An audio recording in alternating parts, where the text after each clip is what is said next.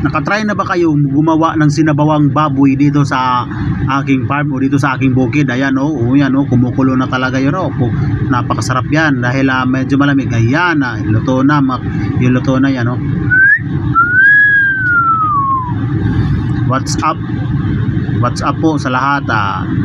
Dahil umaga ngayon, papunta tayo ng palengke at bibili tayo ng 1 kilong karning baboy dahil yan naman ang ating may food trip ngayon at pupunta tayo sa aking farm dito sa aking bukid dahil magpalampas doon ako sa aking munting gamay na luna. Ayan, at bumili na ako ng mga ingredient dito ng mga lamas. Ayan, dito muna ako sa aking dito sa aking pambot dahil dinunggo pa ang aking pambot dito sa palengke ng Bislig. Ayan, bumili man ako ng pang merienda, may pan at saka may coke. Yan, nandito na sasakay na ako sa aking pambot at ayan medyo talaga dito na medyo maaga at sisimulan ko na pupunta na ako sa aking area. Yan, ito po ang Bislig River, Bislig B. Yan, punta na ako. Nagdala ako ng yung tawag bubutrap dahil pagkatapos namin magtrabaho doon at itataan natin baka mayroong makuhuli. Dito na tayo sa San Juan. Dito na yung kasama ko pala, nag-uuna na siya, at pagdating ko dito, hinabwa ko na yung aking mga kargamento. Yan ang aking mga dala-dala na ating mailuluto. Yan, ito ng kaldero.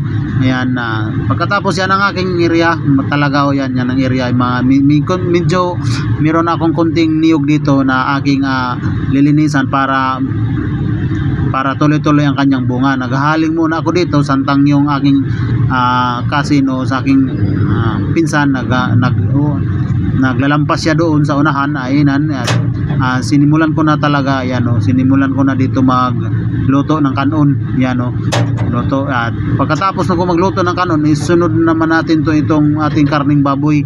At dahil sa sabuan natin yan, gumawa din ako na wala namang dahon dito ng saging dahil walang saging dito. Gumawa din ako ng dahon ng nipa, ginawa natin ng banig kaya dyan tayo kakain mamaya pag tapos nagluto. Yan ang aking na linampasan namin. Yan pinuputol na namin yung mga nipa dahil hindi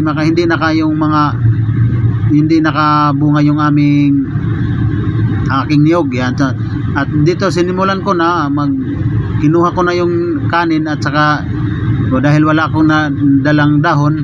Yan, kinuha ko na dito. Yan, at sasabuan na natin yan yung ating karne.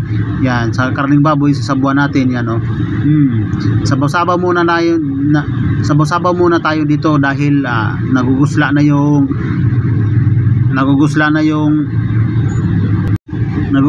pinsan ko. Ayan, kumukulo na talaga. Napakasarap ngayon dito sa dito mga kalumad, dahil nagugusla na yung pinsan ko. Ayan, lutong-luto na talaga. Tingnan natin.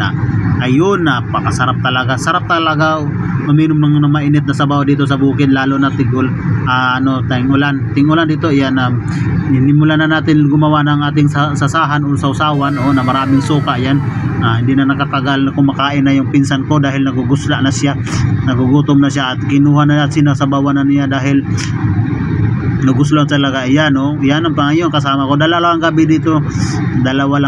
Yan, kain tayo, kain. Yan, kain. Kain ito ang dabis, yan yan, tatabunan natin ng kanin at saka idapaw natin, hiungit natin. Ayan kasarap. Kain tayo, kain. Napakasarap yan. Yan kasarap talaga. Yan, sa nagtatanong kung malaki daw tong area ko, medyo maliit lang to, 1 hectare lang ito. Nabili ko dahil bininta sa akin ng aking bininta to sa akin ng aking kapatid. Yan, binili ko na lang agad para may naman pag mainip ako, pag wala akong trabaho doon, dito ako ginagawang tambayan o ginagawa kong libangan dito, sa naglalampas ako dito, naglilinis dahil para yung mga niyog natin at bubunga ng maayos at para makabaligya tayo ng madaig.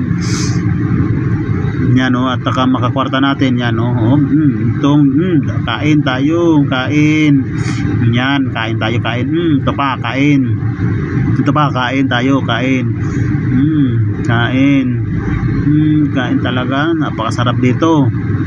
Yan, pagkatapos kong kumain, dahil tumataab na dito sa amin, medyo mataas yung nanginas ako ng lukan dahil ay papain natin sa ating bobo trap para pagbukas, pagbalik ko dito, meron akong matibaw. Yan, napanan ko na yung aking bobo trap at saka taan na natin dyan. Ayan, itaan natin yan, pagkataan yan, dito pa. Pagkatapos namin na tumaan, ayan, pauwi na kami. Yan na si Jimboy, ang pinsan. Maraming salamat po, ingat.